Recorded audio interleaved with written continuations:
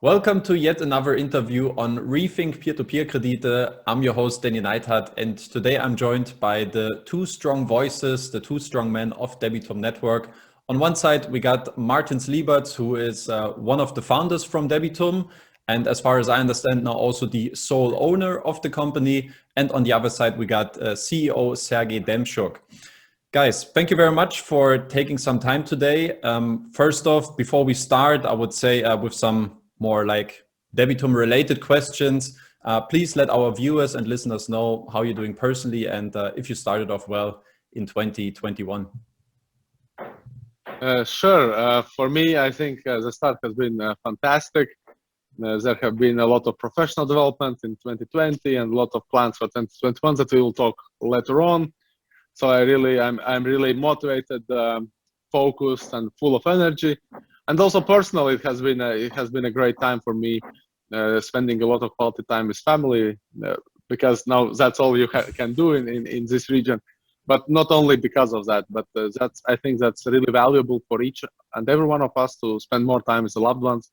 So I'm actually enjoying my time at the moment. You, Sergey? Yes, hi Danny. Pleasure being here with you. Yeah, my year started also well. In terms of work, we have a lot of good things upcoming, and I think we will discuss about it today. Yeah, and personal life also, everything's good. Yeah. All right, that sounds very good and promising. Small talk, not one of my strengths, so I would say let's just skip right into the business talk. I shared with you upfront a few topics that I would like to discuss.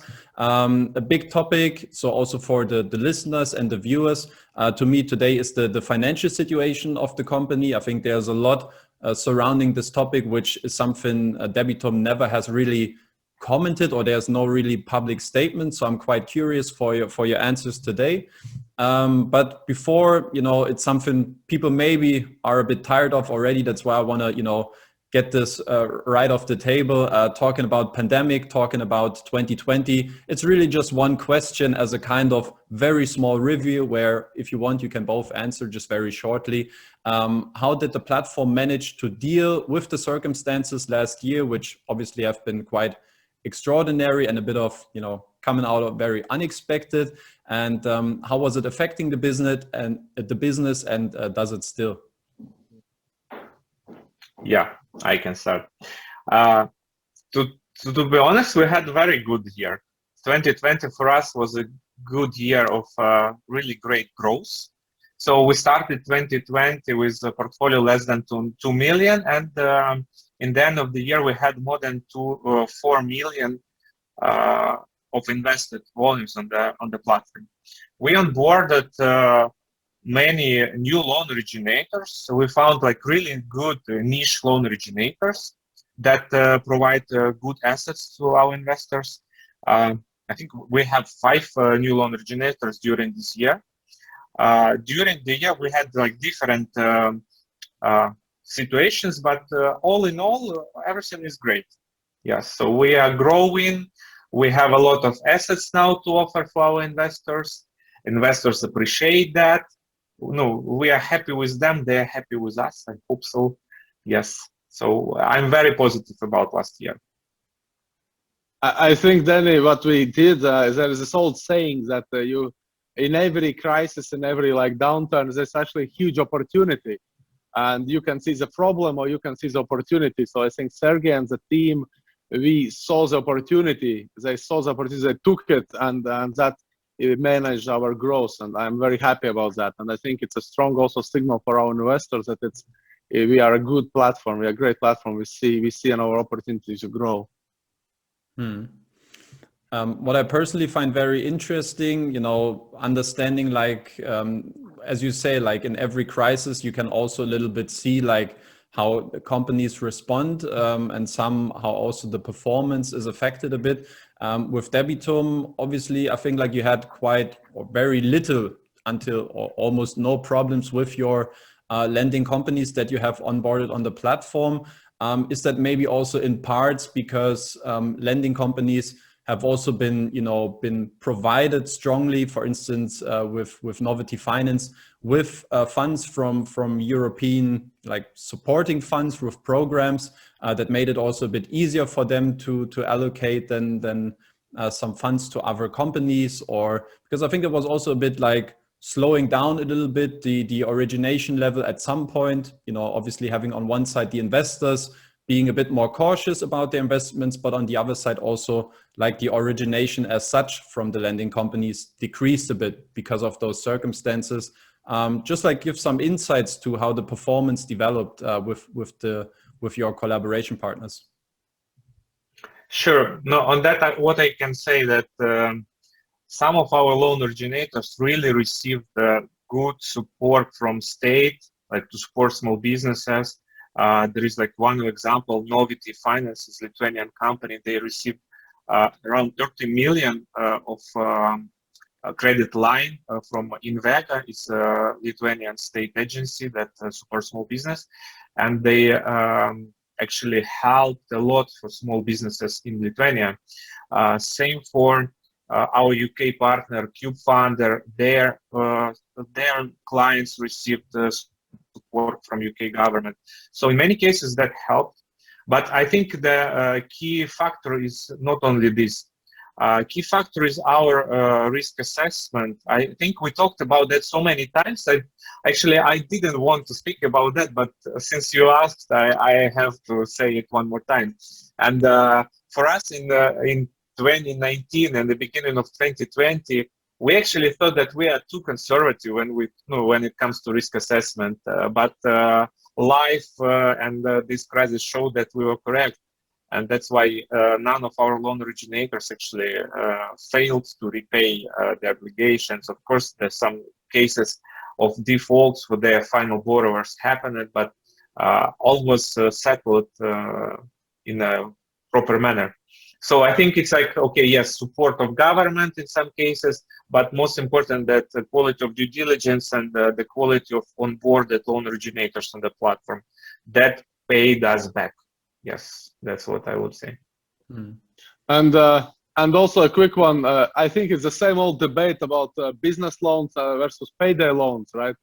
I think because most of the platforms that saw issues were payday loan-based platforms, and it's not a big economic secret that those are the areas that are hit first. While businesses, as you saw in many countries, also in the regions that we work, businesses are always supported by the government to go through crisis, because businesses are the backbone, a blood system of our economy, of our kind of economic life. So I think our niche, right, our targeting into the business area, I think that also is a great thing. But the team did a tremendously great job. I think that's a good point, but I think it's also more a bit of an immediate effect, because I would argue, same with real estate, that also business loans, that maybe the effect and the performance maybe now, of course, maybe even some unprofitable companies are kind of artificially blown up with funds, and so the effect and the defaults will come at a very much later stage. Is that something you're concerned about somehow? No. With this, you mean the business loan support? Yes. Or I think no, that might happen for sure with some cases. But look, the situation is the following: that there was crisis right now for some businesses, and they needed this support. When everything comes back to normal life, the business still is able to perform, to pay a loan back. And it shouldn't be like the same level of default. I think the problem was especially in some spheres like restaurants, tourism, maybe in logistics as well. There was like segments like severely affected by lockdowns, and that was needed support. So of course some cases will happen in the future, but if that no. Now it would be much more a problem if there is no support from government. Yeah. Now, what we see, or when we see the origination level, it seems like, as you also said, the outstanding loan portfolio is increasing or has increased in the last year. Now, on the other side, we could argue, okay, maybe Debitum is a little bit short in terms of demand from investors. Is that fair to say?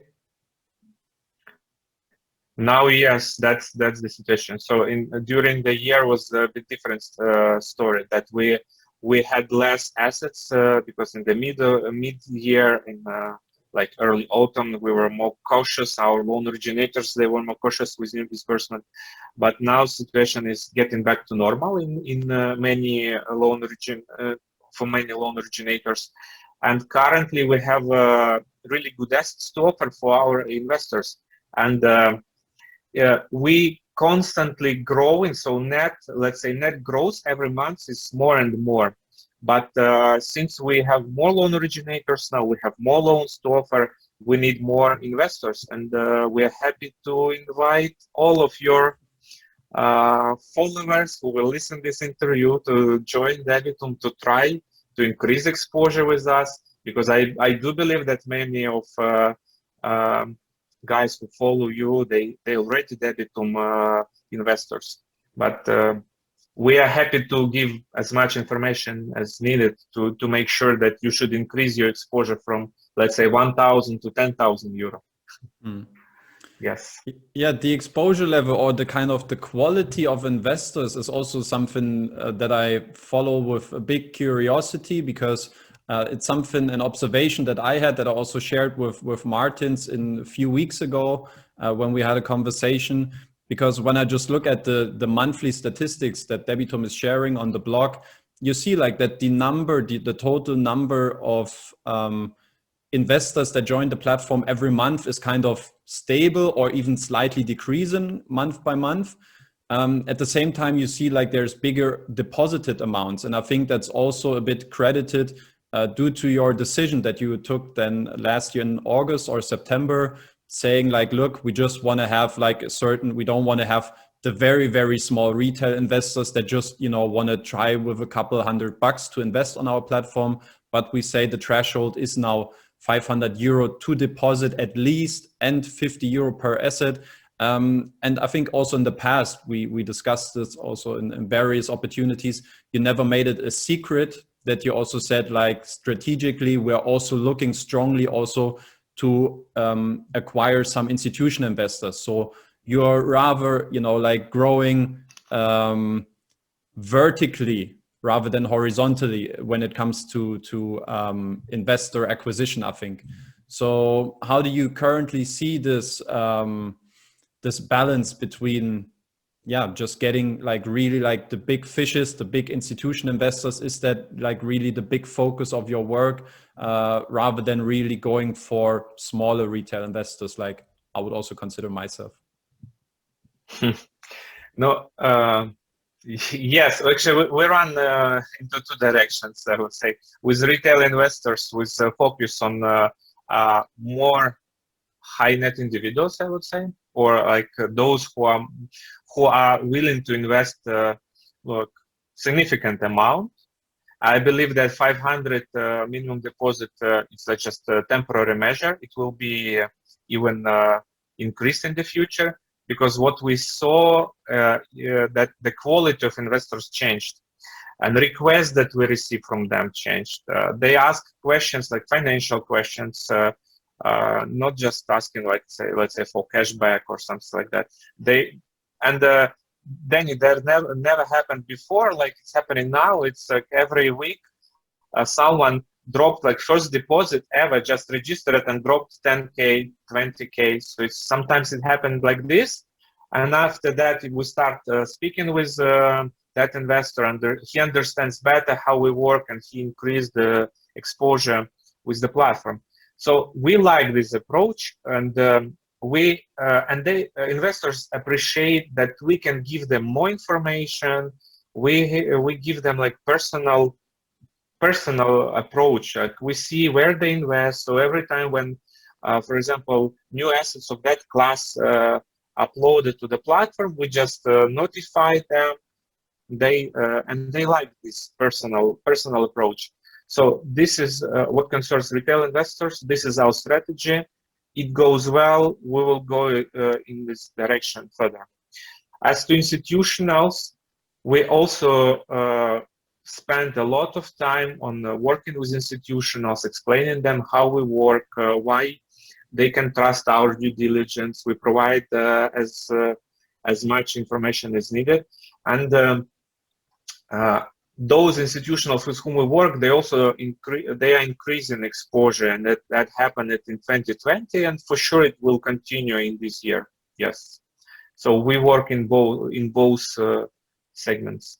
But on retail, as I said, it's in focus on bigger tickets, more, I wouldn't say more stable investors, but those who understand what is small business, investing in small businesses, and those who first and primary goal for them is to save the principal of the investment, and only after that to get some decent return.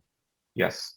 And if I can add, I think that when you talk about investing, I have the strong positions that investing, it has to give you tangible result, right? And so when you invest 50 euro, you don't have any tangible result.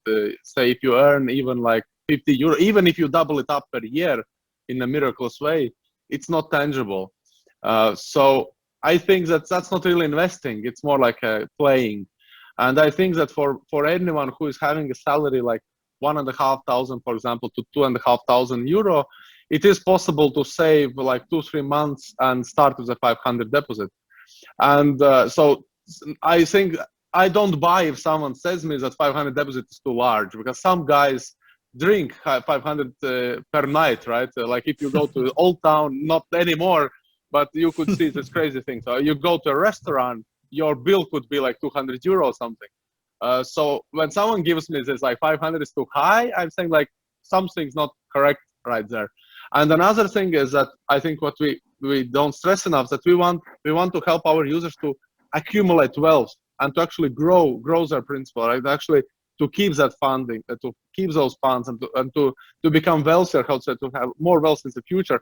And you can't do that if you do it with smaller amount. You have to do it constantly. You have to do it constantly, and you have to have a target to reach higher goals, right? You have to reach a target to save 10,000, 20,000, 50,000, 100,000, and such.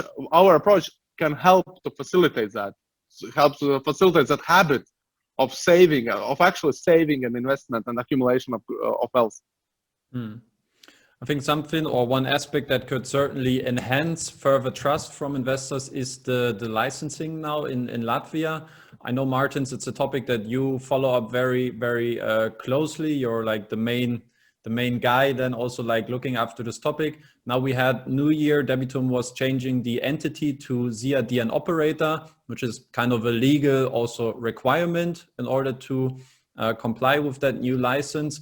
Just a couple words maybe on the licensing process as such. When do you think like you will finally be receiving this license? And just like maybe you can share also a few insights throughout the process.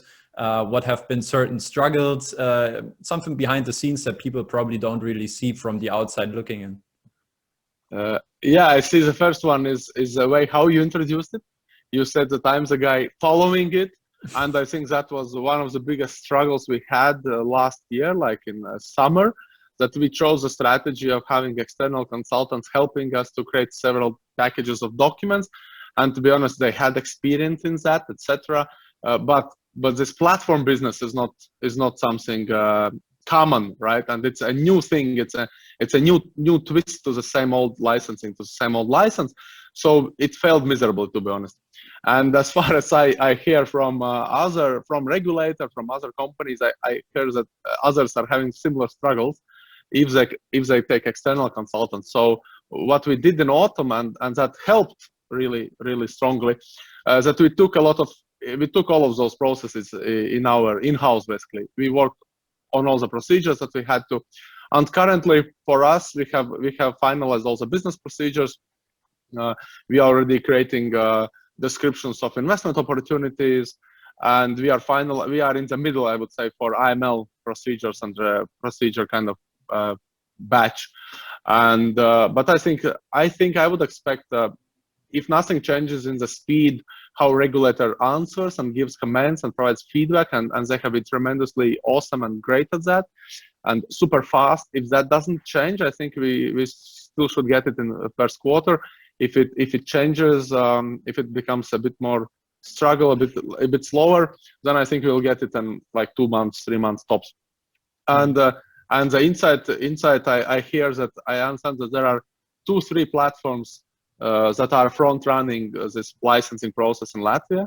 And I understand that by changing this approach, throwing out consultants and taking it into our hands, I understand that we have joined that front runner group of companies that to get licensed. So no, I don't know if we will be the first one or not, but I think that we'll be in the first group.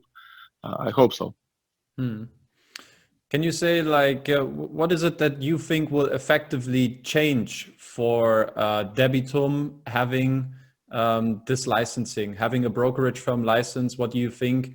What do you think will effectively change now for the platform? Can you make it also tangible? I understand it goes along with a lot of compliance, and it's also a certain level of costs involved to maintain the license. But how do you think that? I guess you do it for a reason, and I think the benefits will outlast the costs. But what are the benefits, and can you make this tangible for the listeners? Definitely.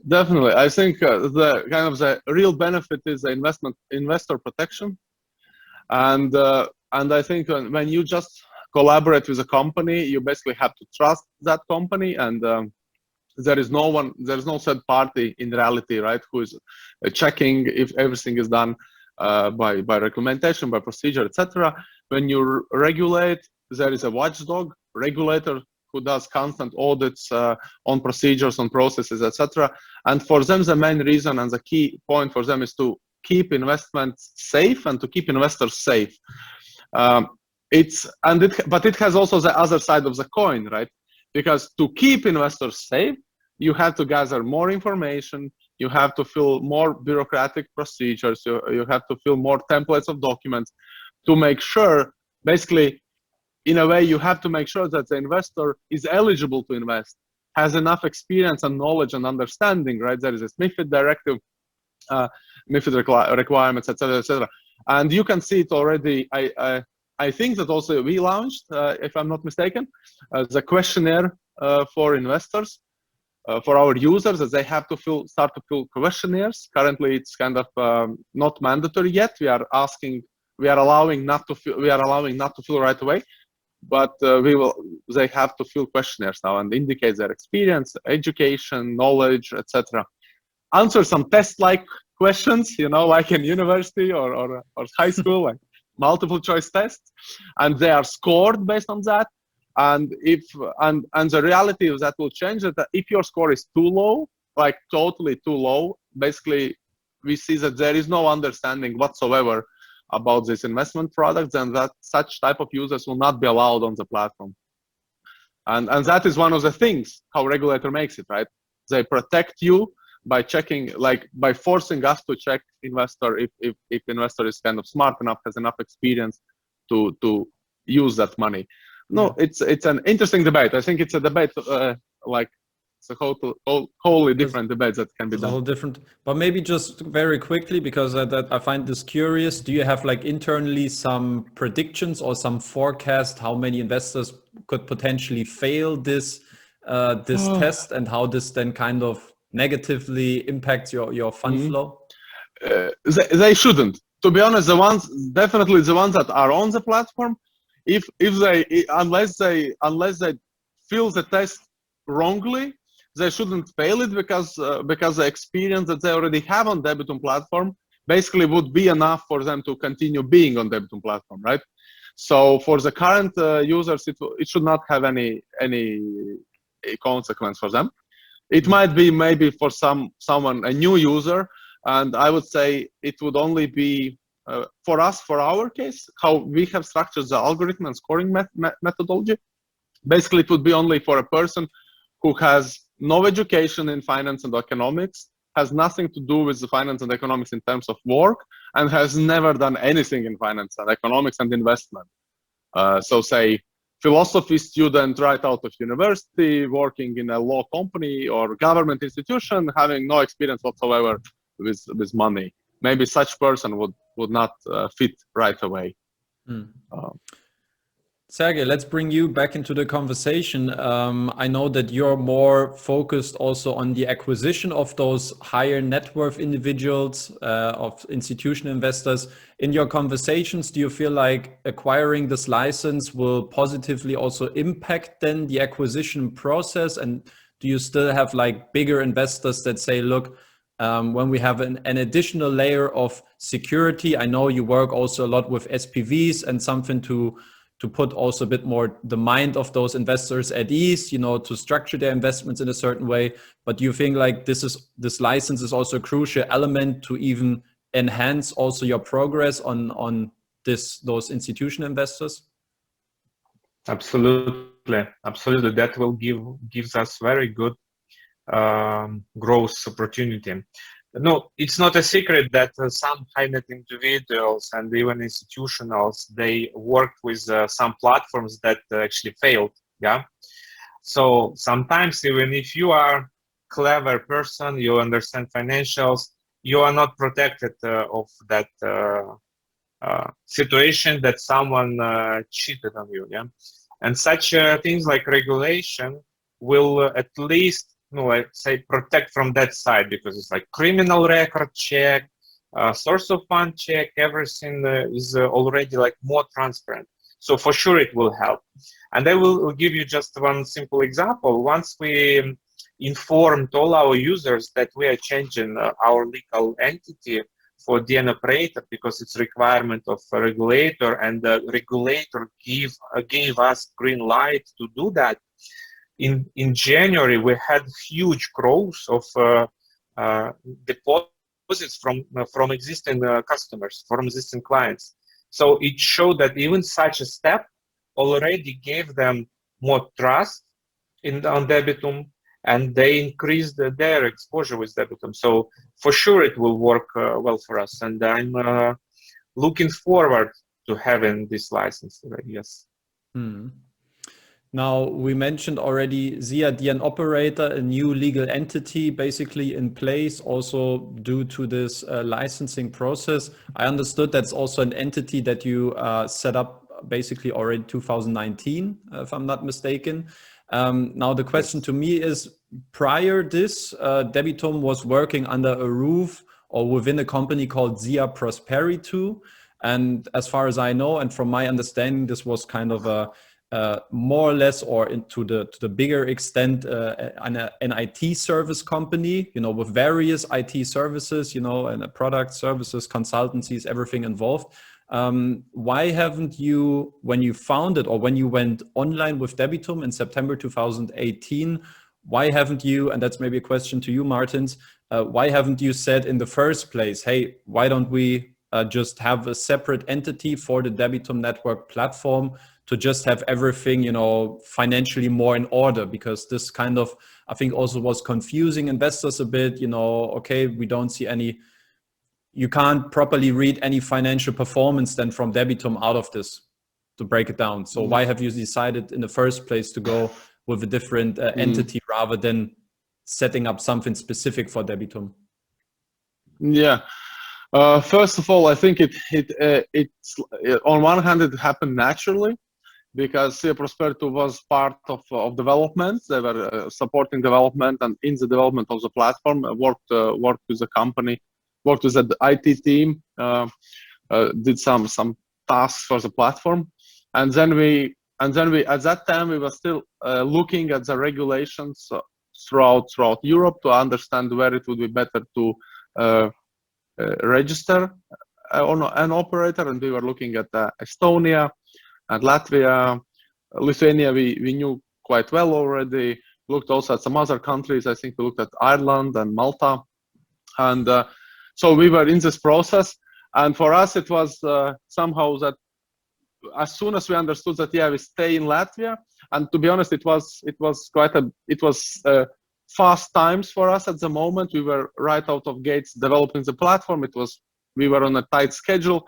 We for some reason the startup kind of approach, we said, okay, that's it. In September we go live, and only in the summer, I think it was July or even August, when we kind of, okay, yeah, it will be Latvia.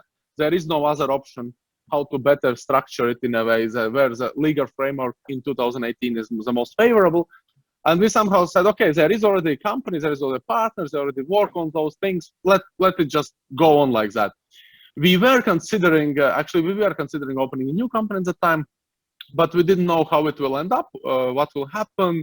There were some rumors that regulation will change, like in Latvia. So we didn't know if we actually will be able to stay in Latvia, we'll have to move to other place, or how this will happen. So we didn't go through the hustle of registering the company. We thought, okay, let it start as it goes. And then soon after, to be honest, we engaged in more discussions with the regulator, and then we understood that there will be no quick change in 2018, 2019, that licensing should be done, but it's kind of a bit longer perspective. And then we registered the DN operator in, I think it was spring 2019. So that's kind of how it's called a business insight. It's how you hack in the new company, right? You just find a better opportunity to realize your goals faster. And for us, we thought that it is a faster way to use already our partner that is doing already works on the platform, and we thought, okay, why not? It's a quick fix for that time. But now we have become more mature, right? 2 years, third year in, and now we are moving to a new entity in this kind of correct way that you say. We'll have financial data. We are planning to start releasing interim financial data. There, of course, will be audits required, etc., etc. And I think we will get on the right track. Okay. Yeah, let's take a step even further back to kind of the start of the company and also the way it was funded. We look at the timeline now, the end of 2017, beginning of 2018. Debitum took part in a kind of token generation event. A kind of a crowd sale, which was back then. Also, I remember from our interview when you tried to explain me a bit, because I'm not that familiar with the entire crypto business and blockchain. It's something I'm a bit too far off, to be honest. But you explained me back then, it was like a very popular way also for companies in that crypto blockchain area to raise capital, to set up companies.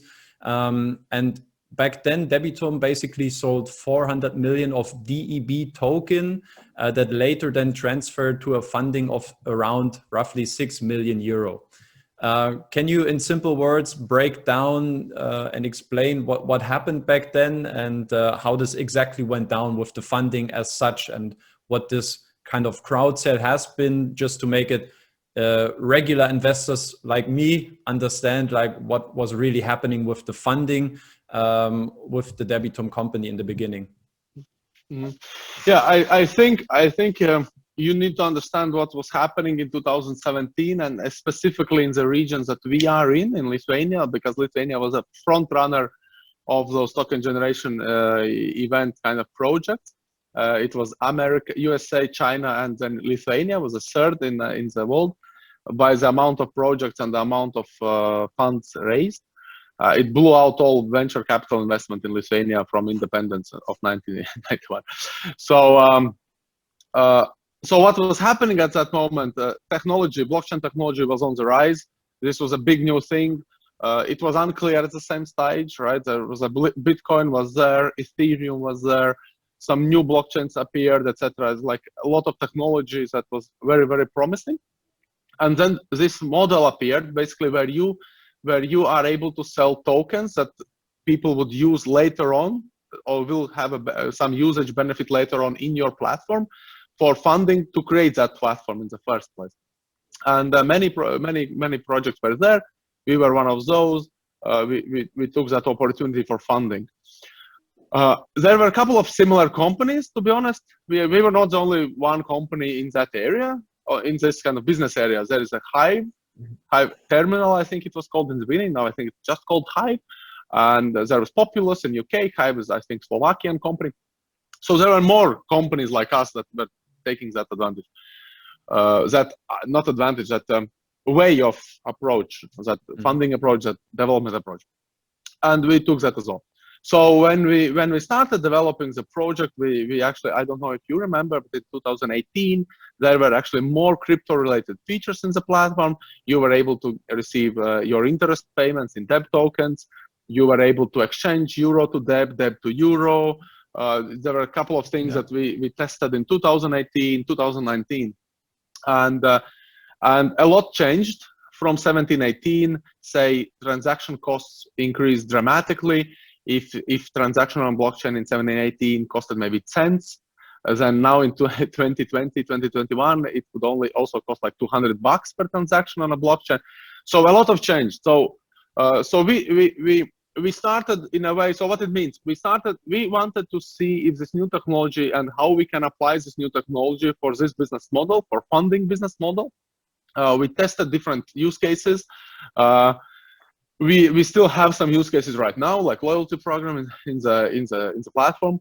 At the moment, we believe that what is really missing is the volume, the overall volume that the platform turns around. So we are concentrating to increase the volume first, and then to get back to more utility of the token, because at the moment it doesn't go anywhere. For regular, for investors who just want to invest, like you, it currently doesn't really make a big influence or big difference. Currently, they can use loyalty tokens to have a loyalty service, to have some services. We'll look into expanding those. But so basically, that's one way of funding and one way of looking at what we wanted to do, maybe to use this blockchain technology more. And as time go by, we had to experiment with that, test different things, and currently we are clear that we need to increase volume first, and only then look back to how to tie that blockchain technology more into it. And looking at the other projects, there were so many projects that died, just disappeared at all. So I think that it's great that we are out there and live. And if you look at other similar projects like Populus or Hive, then our volumes are quite bigger than those. So I think that that we are on the right track. So that's how I look at it. Yeah, it's interesting to me because it's not just on one or two videos, but whenever there's like some Debitum related content also on YouTube, you see like in the comments there's sometimes always a few people that say like, take care, those are scammers. And I think a lot of is related to that crowd sale back then. So from your perspective, do you understand why maybe some investors in that crowd sale event, the token generation event, have been a bit frustrated because they have maybe invested with a different premise to Debitum? They expected that you would utilize those funds in a different way, so the value increases. So do you understand the frustration from their side, or how do you in general like would respond to those people? Yeah, I to be honest, I definitely understand. I think I also understand the reasoning behind it. Let's be honest, if you take a step back, we understand that it was a huge hype. End of 2017, early 2018, it was huge hype about crypto projects. It was huge hype about those token generation event projects because they were happening. I think the first one was end of 16, early 17. So they were happening for a while. Many people made, I would say, paper money because they bought some tokens. They were most likely manipulated or very somehow traded quickly on the exchange. So prices increased, skyrocketed. People invested like $1,000 and became a millionaire overnight from some weird tokens from the project that disappeared in 2 months or something. So I think that was really Wild West situation. And at the same time, I would understand that many people who participated, they never, let's be honest, I think they never read what we are planning to do. They never read how we are planning to do it, what are the alternatives ways, or that we are actually researching for the right ways, that we can't put it in a stone what we will do. And I think many just thought, okay, this is yet another financial project. Some other financial projects kind of skyrocketed. This will skyrocket. And I think if you enter crowdfund, if you crowdfund someone with an idea that it will bring you 100x, and then it kind of breaks down, the value of the token breaks down for reasons that is like market doesn't trade it or whatever. I think I understand the pain. At the same time, I think that that's a risk that you that's a risk that you take, and we are not going anywhere. We are still trying to bring that utility back in the future, but we see that we need the volume for that. And if someone, we understand someone might be unhappy about the way how it goes, that it might be a longer term kind of thing, that you need to wait longer to get something back, if at all, that maybe your expectations didn't fit the reality. But I think, unfortunately, that's reality in any type of funding, in investment, etc. Right? That's why you always say this is not an investment advice. Investment is correlates with risks, right? So I look at like that. I understand it. I can just say, sorry guys, that the hype ended. I also lost money in other projects, so I definitely understand it. I lost project in another similar project. I bought tokens of another similar project, and it was raising really nice, and then it dropped totally. It raised to $70 per token, and it dropped to like almost zero. So I totally understand the people, but I think this is just emotion playing. And but in essence, basically, you would say, like, back then you didn't approach this crowd sale with a different intention, so like in a way that you broke any promises that you have given out back then. You just argue like circumstances have changed, and you will still be willing to use or to work on utilizing those tokens, but you're missing like bigger volumes. I don't know, maybe you can specify also this, what you exactly mean by this, and how this can also translate maybe to a better ending for those people that seem to be a bit upset with Debitum right now. Yeah, no, what we did a lot of things that we started off doing a lot of things that we were envisioning in the very beginning, right? And those that didn't play out, they saw, so when we made this feature, like the interest rate in Debitum, it wasn't really used. We made a feature like you can trade it. It wasn't really used. And we saw that it actually makes us worse off, because non-crypto people don't want to use the platform because they're scared. They don't know what it is. And it was just after everything was burst, right? So Bitcoin dropped tremendously. So everyone thought crypto is bubble, crypto is scam, crypto is like evil thing, right? So we had to play with that. Of course, situations has changed.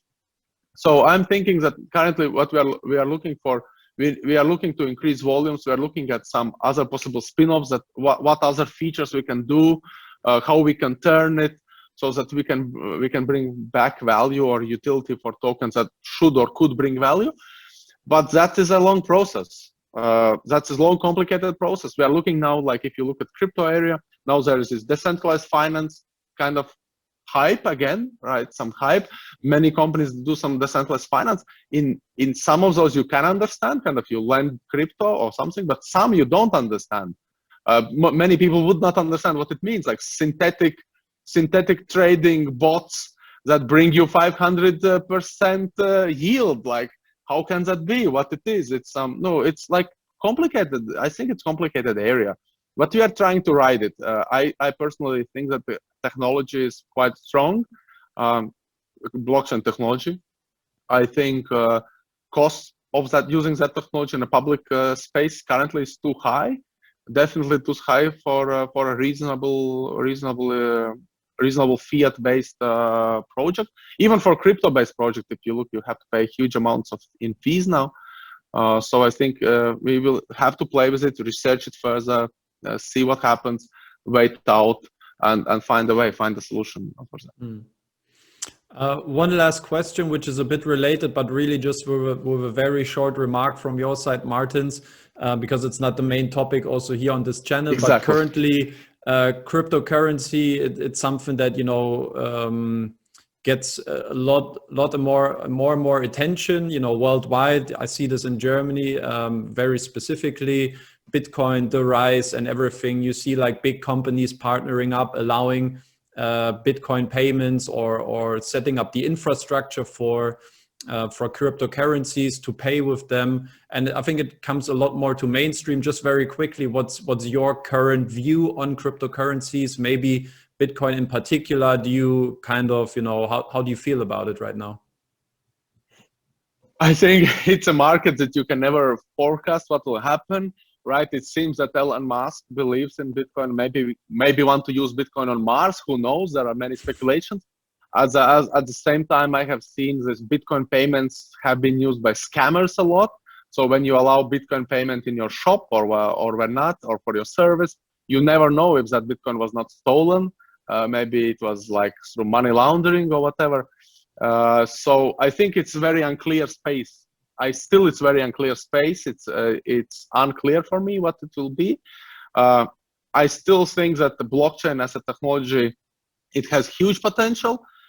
I don't know how much of that potential will be allowed by governments to actually realize that potential, but it's a different debate. We can have another video about that.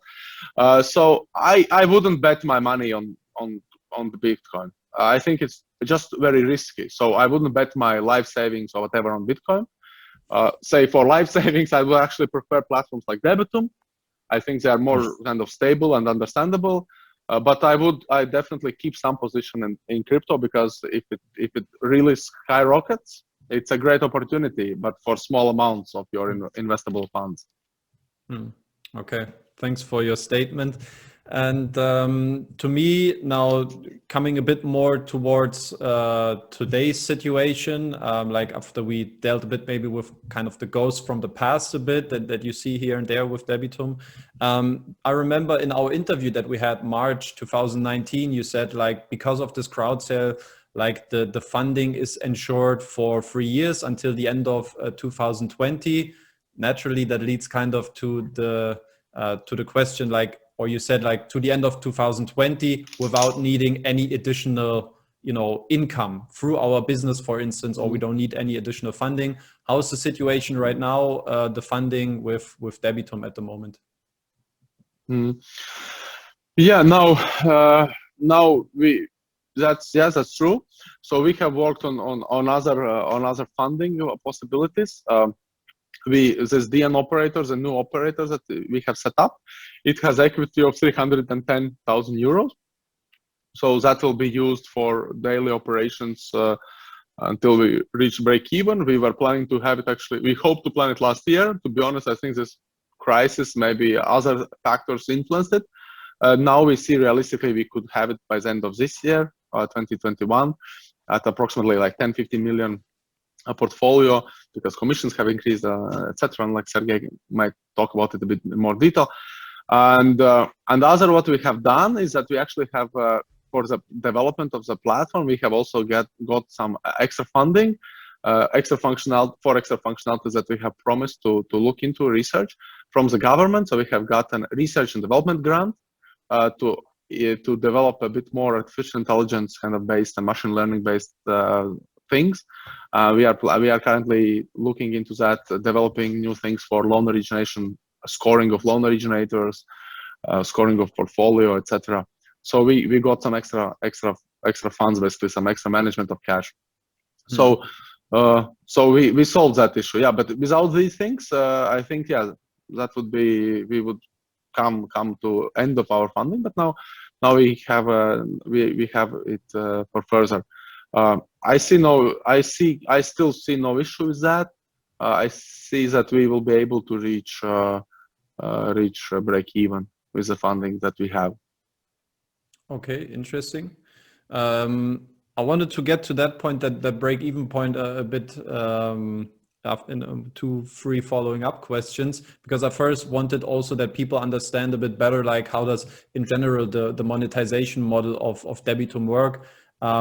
Maybe Sergey, you, after having now a bit of a longer break, maybe you can take over and just explain like how does Debitum monetize? How does the platform earn revenue? And maybe also with some specific numbers if you can. Yeah, sure. So what we have on the platform, what investors see, usually they see each specific asset with interest rate. Yeah. So we do not charge investors any fee. We charge only loan originators. Yeah, this is a common situation for almost all marketplaces. We have two schemes how we work with loan originators. Either they pay fixed fee, and it depends on the volumes, of course, but usually it's more or less like 2%. Yeah. When we started at the very beginning, it was like the idea that we will charge like very small fee, like only 1% per annum. This is how it started in 2019. Yeah, now we reviewed our monetization scheme, that it's and the service that we provide, the quality that we provide. I mean, we do really thorough due diligence of the loan originator. We monitor afterwards, we score, and we pay for scoring by ourselves. Yeah, we score by third parties like Coface, Creditinfo, and other scoring providers. So all those costs needs to be covered also. Yeah. So then for some loan originators, it's a fixed fee, 2% per annum of the investment volume. And for some other loan originators, because we are testing both schemes, which is better, it's like all in. Yeah. So for example, when they upload assets on the platform, let's say with 8%, but all in for them, it's again depending on volumes. It could be 10%, 11%, 12%. So it varies from a loan originator asset volume and loan originator size. So average our fee, if you take it like on average, it's between I would say 2 and 3%. For some we go down, for some we go up a little bit. Yeah, so this is our monetization scheme. This is how we earn, yes. And as Martin mentioned, we need to grow further with portfolio of 10, maybe 12 million. That would be enough to reach break-even. Yes, then income will cover all costs that we have monthly. Yeah, that would have been my follow-up question, like which funding volume, which outstanding loan portfolio is required to reach that break-even point. Maybe you can also talk, if you can, in specific numbers, like about the general expenses that you have per month, like summing it up, because now adding probably the maintenance cost for the licensing, you got staff costs, you got marketing expenses, you got the IT infrastructure. So can you maybe give investors an idea what is like the overhead costs for Debitum each month on average? Sure. Regarding the licensing, I want to say that we are very happy to have Martin who is covering licensing. So we will not pay salary to Martin. he works for free for us. So that's why we are not going to increase cost on that. It's a joke, of course. Of course, we will hire additional IML officer for that process. Now it's like part-time combined position with another functionalities, but after licensing, it will be another person. And by the way, if anyone from Latvia who is an IML officer or experienced guy is watching that, please contact us, because we are in the process of recruiting the proper person. Yeah, no, but coming back to cost, it's around 20,000 per month right now. So this is our expenses monthly, and it will grow a bit. Yeah, because as I said, we will hire 2 new people now, one for ML, another one for investors, because we saw how well it worked when we have kind of like account management position when we approach investors personally, and we decided to have another dedicated person for that. Yeah, so that will increase our cost a little bit, but as I said, our revenue is growing every month because the portfolio is growing constantly, and so it should cover all those additional expenses. Yes. To me, I think in comparison, I think that sounds like very small overhead costs. Like you keep your operational costs very short or very, very small. I think that's quite interesting. So we have then to be honest, we have decreased it quite a lot. We have figured out ways how to decrease the cost, how to optimize. Got some that extra research grant that is compensating some part of the cost. So we have been working on that very, very strongly because we thought that at the moment we don't really need to have a huge cost base.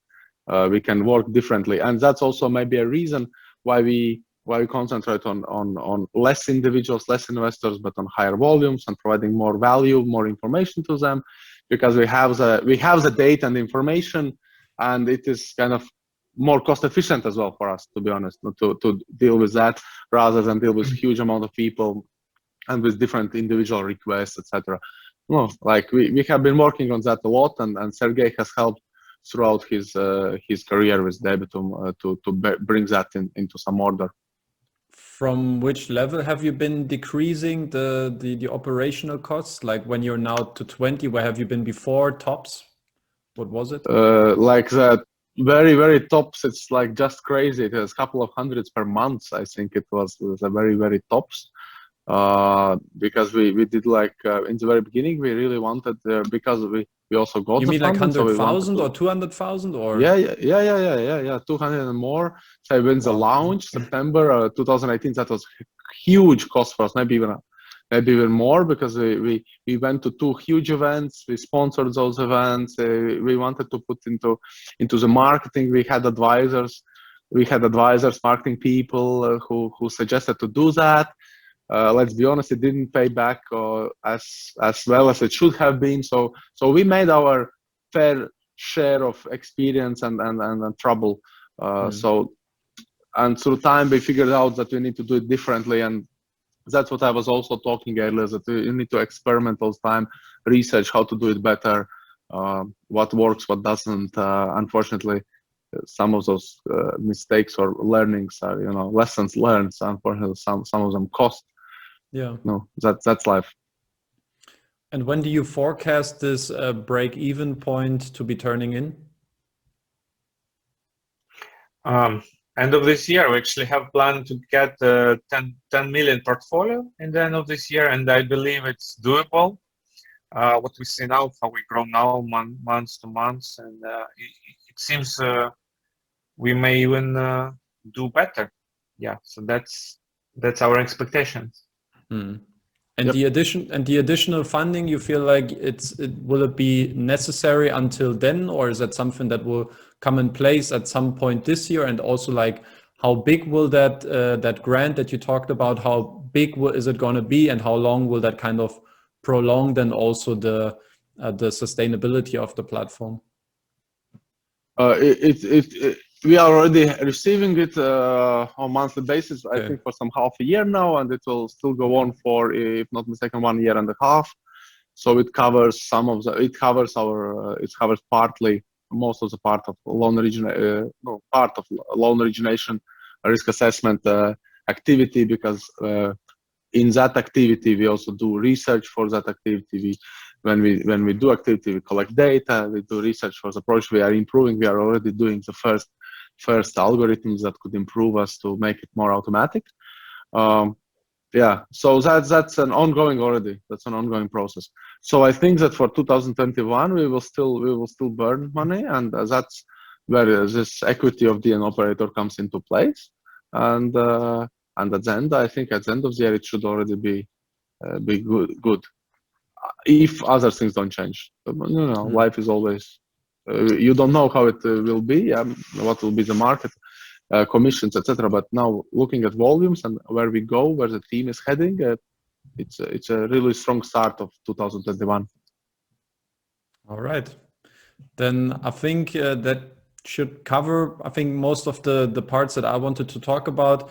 Thank you very much for your time today, to both of you. Is there from your side any last remarks, maybe something that we have left out to discuss about, but you feel like that is of importance to share now in the end with the audience? I think that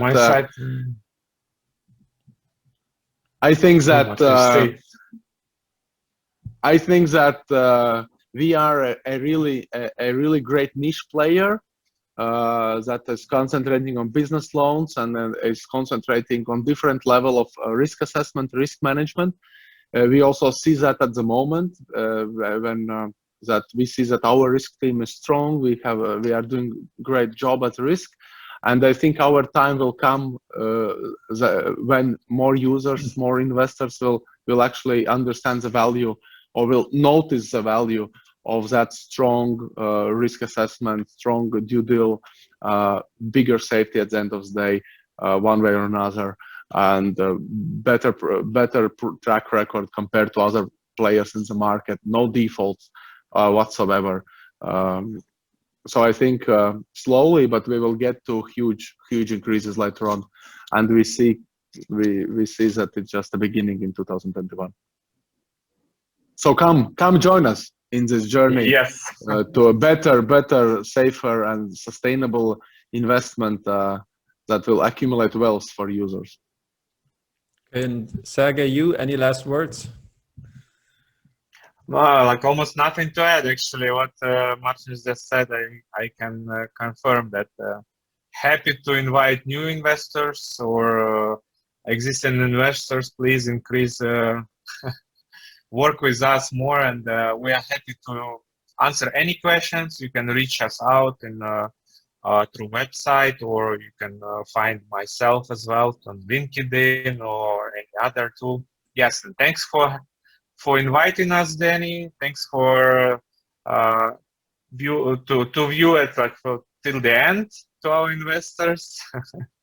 And yeah, all the best.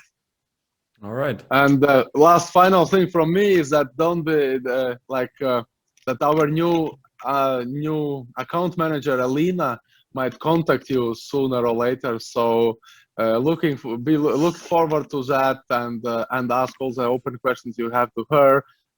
Take advantage of this approach that we want to do, like personalized approach to people, to users, providing information, answering answers that they might have.